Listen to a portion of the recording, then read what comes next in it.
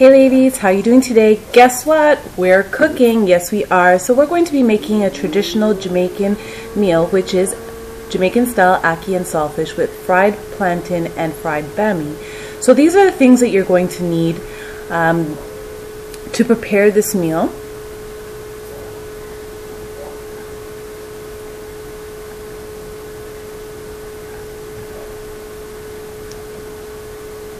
This is the instructions in which you need to soak your codfish. And I chose for this video to boil the codfish instead. So I just want to let you guys know that I do not know measurements. I just cook with my eyes and taste with my mouth, and that's about it. So let's get started. So here you're going to see the items that we're going to be using, which is canned ackee. Usually it's, they use it fresh in Jamaica, but in Canada this is all I have. There's some of the provisions and things that we're going to be using, and this is me boiling the codfish because you can soak it overnight, but I choose to boil it because it's quicker. So again, these are the things that I'll be using: thyme, scallion, onion, pimento berries. I'm going to crush the pimento berries in that thing. I forgot what it's called, but anyways. And this is the bammy. It's cassava pressed, and you soak it in milk for a couple of hours to soften it.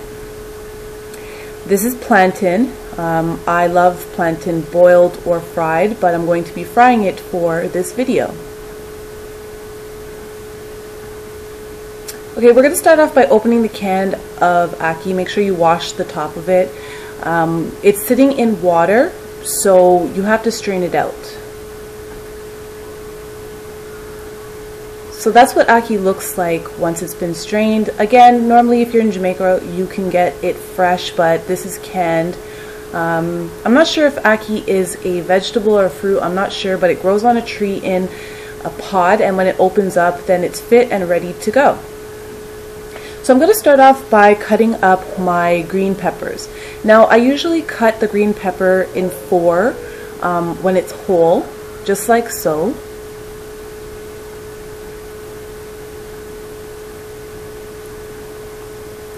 Now to get the seeds and the core out, this is the way that I cut green peppers to make it easier, so there's less cleanup that you have to do.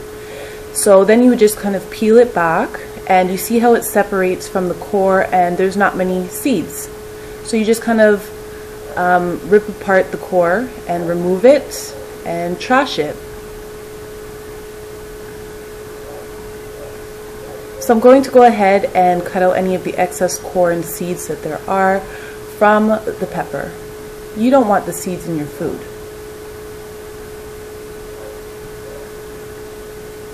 So I'm just going to cut them in small slivers, just so. And I'm going to do the same thing for the red peppers.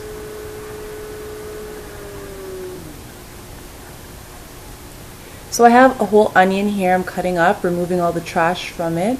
I'm going to be cutting the onion in big chunks, so I'm going to cut it in 4, then cut it into smaller pieces. Depending on how you like your onion. Some people don't like onion, so they'll cut it up finely, but I chose to cut it up in bigger chunks. This is scallion. This is Jamaican scallion, which is green onion, but this is the Jamaican scallion, the original Jamaican scallion. You'll know because the core on the outside will be a pinkish color. So here we go. I have everything cut up and ready to go. I have my red peppers, green peppers, my onions, and I've cut up the scallion fine, as you can see there on the top.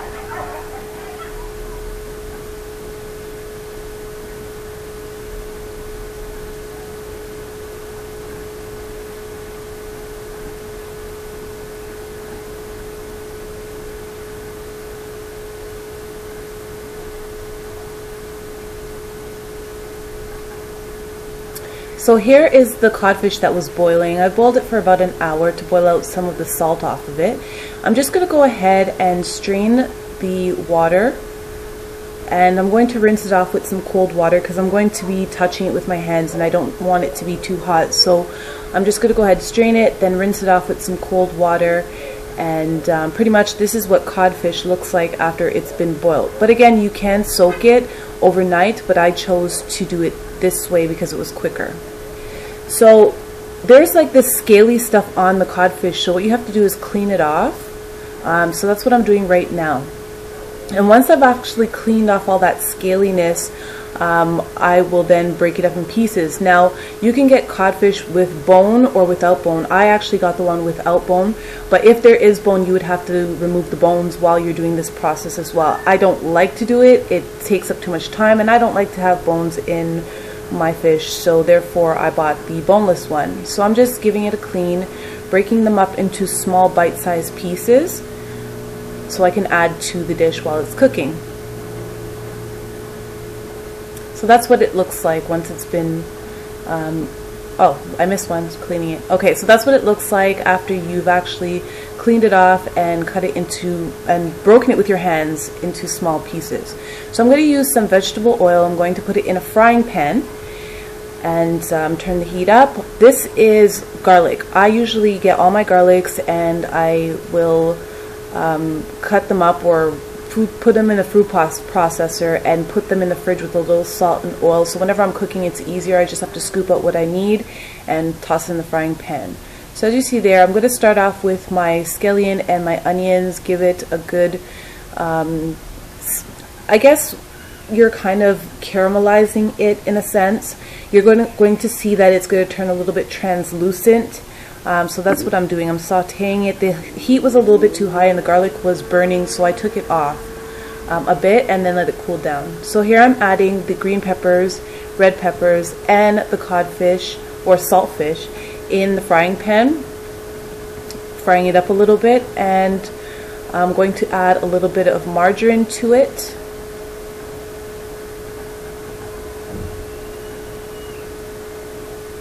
I'm going to add some salt and black pepper, because the codfish already had some salt in it. So, I mean, if you boiled out the salt too much and you need to add more, you can go ahead and do that. I'm also adding some all-purpose seasoning and garlic powder and onion powder. These are the pimento berries, as you can see. I'm going to crush them up in my mortar, I think that's what it's called, into fine pieces, and I'm going to go ahead and add that to the pot and give it a stir. So this is some thyme that I have, some fresh thyme. I'm just going to try to remove as much of the leaves as possible. Sometimes I put it in whole. It gives it a really nice flavor. I'm going to cover it up and let it sit for a bit, and after about 10 minutes or so, I add the ackee, as you can see. You don't want to stir it up too much or agitate it because the ackee will start breaking up. I put a little butter in it and I'm covering it and I'm going to leave it for now. So I'm going to start on the plantain. So plantain is like banana, so it's, I guess, part of the banana family. I'm going to remove the skin from the plantain and cut them up into pieces. Everybody likes to cut their plantain in different ways. This is how I cut mine. I'm going to add some vegetable oil to a frying pan, a moderate amount of vegetable oil. This pot pan that I have is not that great, so it kind of sticks at the bottom, so I tend to add more oil to it so that the plantain doesn't stick to the bottom. So you're going to let the oil heat up, and once you place plantain inside the pot, when it starts bubbling up like that, you know the oil is ready. So I'm going to leave that in there and watch it get brown, then turn it, and I will then remove it once it's brown enough and put it on a piece of paper towel to absorb the oil. So the bammy, as I had mentioned earlier, should have been prepared a couple hours before in milk in a shallow bowl. So that's what I did a couple hours before to prepare for this. So right now that it's prepared, I'm going to go ahead and fry it. So you've got to make sure you pour off all the milk and dry it up a bit, and then you could go ahead and add it to the same oil that you fried your plantain in.